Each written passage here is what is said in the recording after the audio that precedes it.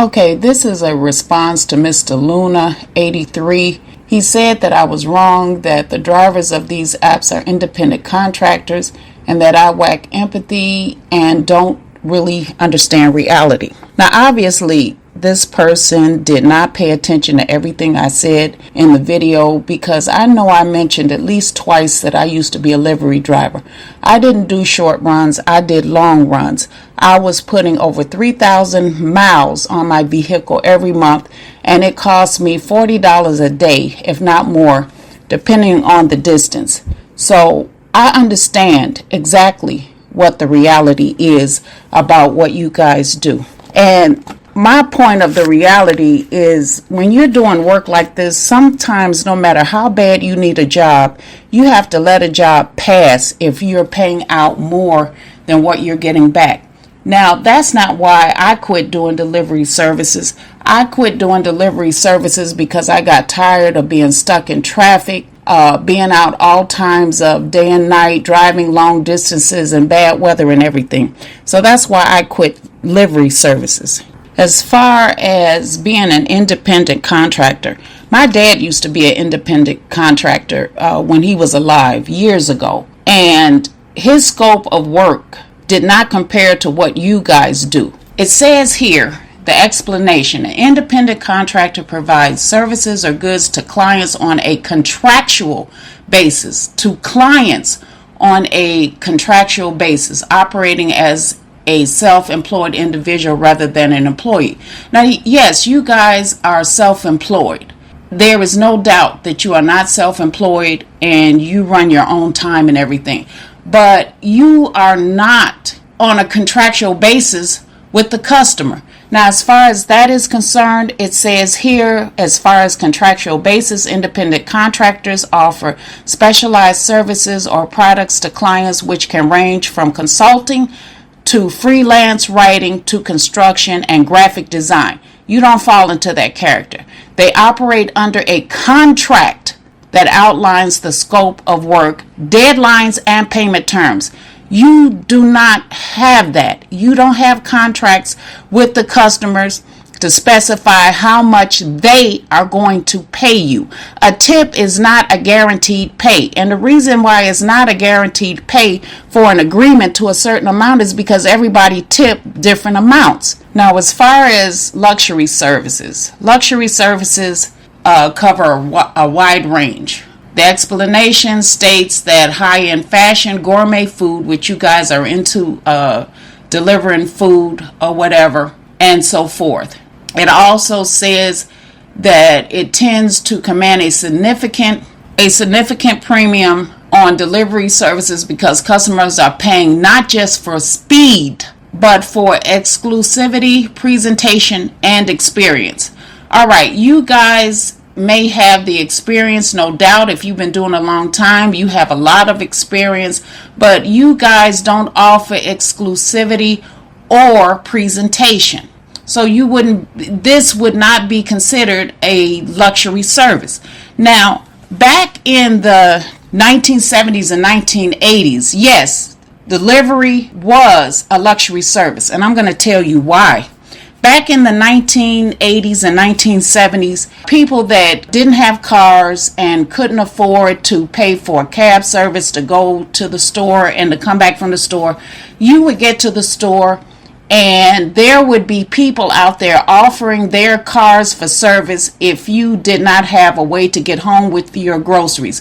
These guys offered delivery services because they would actually, when you came out of the store, they would actually open the door for you, make sure everybody is secured in their vehicle, load your groceries in the back of the car, in the trunk. They would drive you home, they would open the door, let you out of their vehicle, make sure that you got into your home safely. They would unload the groceries from their vehicle and they would either take it up to your door. They would offer to help you take the groceries in, and they would take the groceries in if you needed them to help you take the groceries in. And if you could afford it, of course, you had them at your service and they would do all that. At that time, the drivers were charging $1.50 to take you and your groceries home. And sometimes, depending on if it was a senior citizen or not, I even heard they would help you put your groceries away once they got you to your home.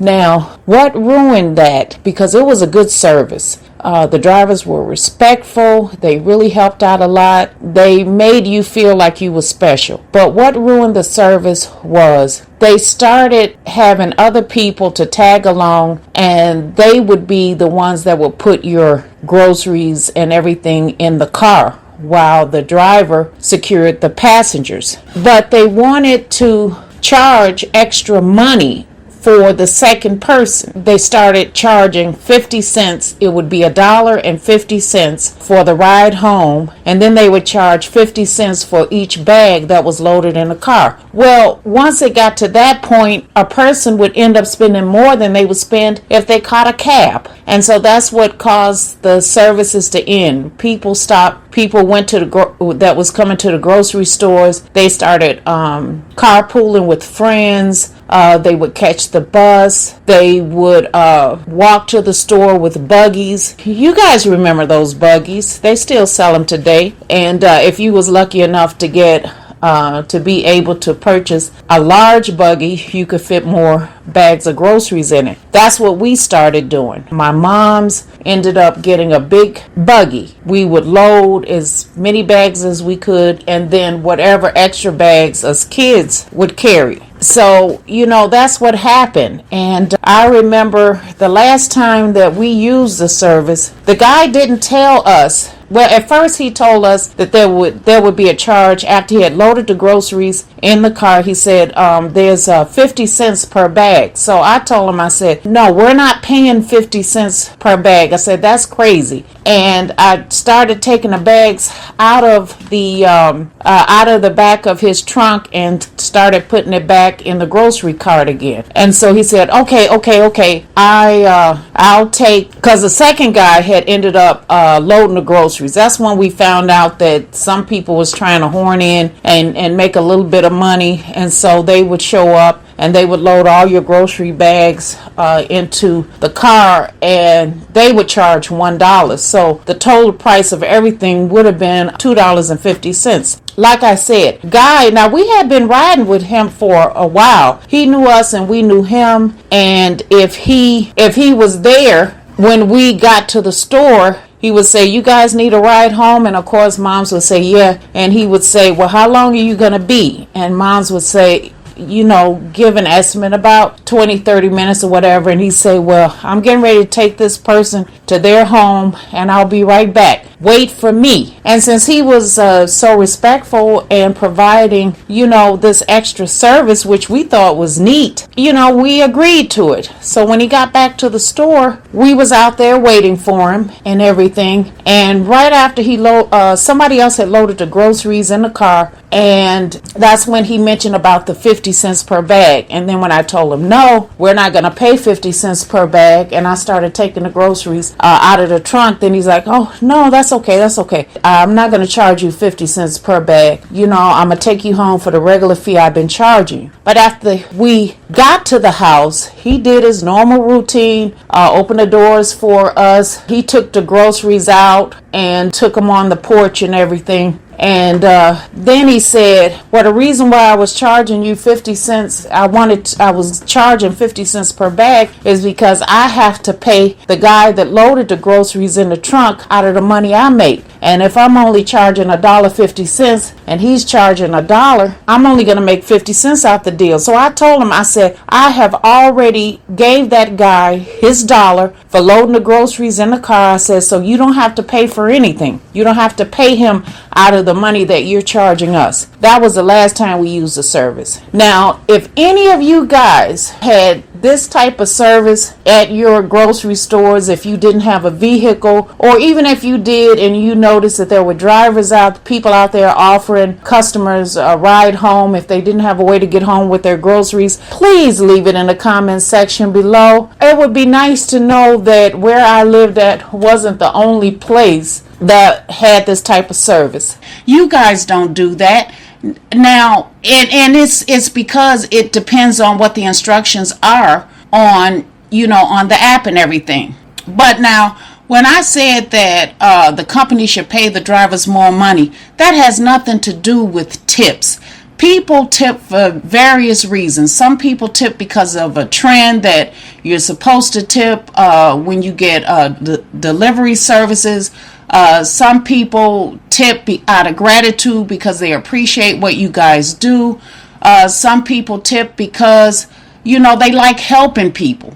And then you have those that don't tip. But my point is, that doesn't mean that the companies that you guys are contracting with shouldn't pay you more money. They should pay you more money because you're contracted with them, and they should pay you a base pay on the back end so that they can keep you guys working, because if you can't afford to work, they lose money. It also states that an average annual salary for an independent contractor in the United States is $68,000, with a range from $44,800 to $90,600 a year. And for luxury delivery services, the fee can be from $50 to $150. And that's not per hour, that's per delivery. The average person monthly expenses on the low end can start at $4,000 a month up to high end or higher end to $8,000 a month, depending on where you live and what expenses you have to pay per month. And yes, tips are good and tips are profitable. But do you know how many hours you would have to work a day? How many tips you would have to make to cover $48,000 a year or higher, depending on if your monthly expenses come between $4,000 a month and $8,000 a month? There is not enough hours in the day. There is not enough hours in the year in order for the tips to cover that amount of money. And that's only because customers are not tipping the same amount of money. Now, if customers were tipping $10 for each delivery or $20 for each delivery, yes, you could make it work. But you have some customers that will tip $2, $3, $4, $5. And that would become your average. This is the reason why I was stating that the company should pay you guys more money to go along with the tips that you get from the customers. And as far as you saying, get your own food, do your own shopping, no tip, no service, that's not hurting anybody. People have been doing their own shopping for years.